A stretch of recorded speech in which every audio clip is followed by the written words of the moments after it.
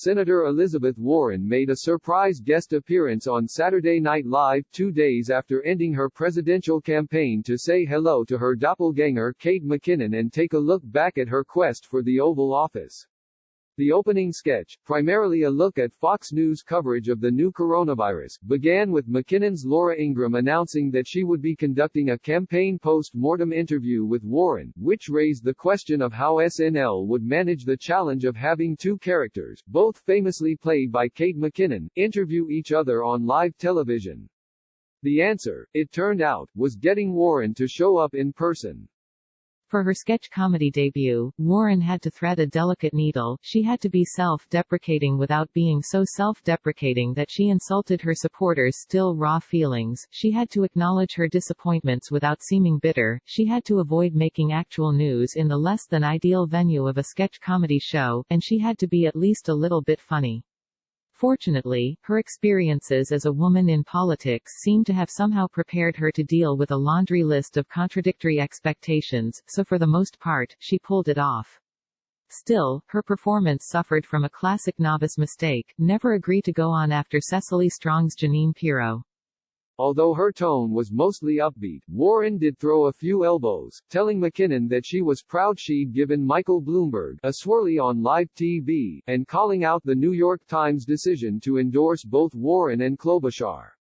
Warren also lightly roasted herself, observing that her campaign had built a wide coalition of teachers, preschool teachers, middle school teachers, and teachers' pets.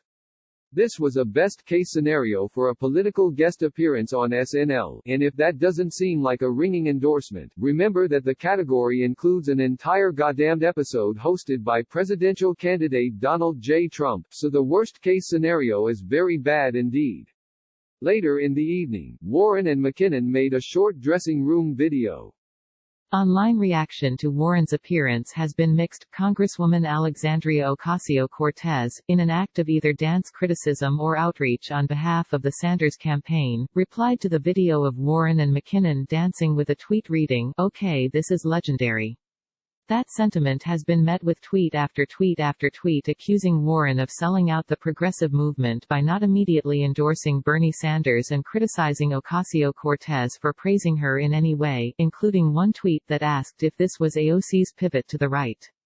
But focusing on the effects Saturday Night Live guest appearances might have on the presidential election, and, in turn, the material consequences that election might have for the world and its people, risks ignoring a far larger and more important issue: the effects the presidential election might have on Saturday Night Live guest appearances.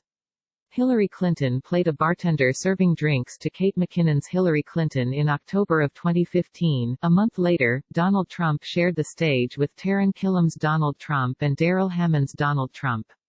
Warren has now established a new precedent: politicians meet their Saturday Night Live doppelgangers after they lose, not before, and the implications for the Democratic primary aren't hard to parse.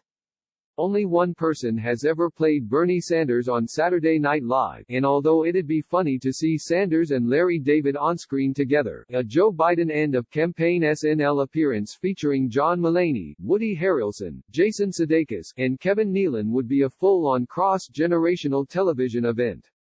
Biden would also be ideally suited to host a broader look back at SNL's political legacy, when Michael O'Donoghue and John Belushi kicked off the very first episode of what was then called NBC's Saturday Night. Biden had already been in the Senate for 2 years.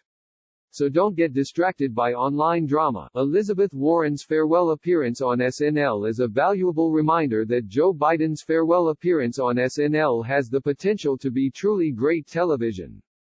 We owe it to the long-suffering American public to get it on the air this season.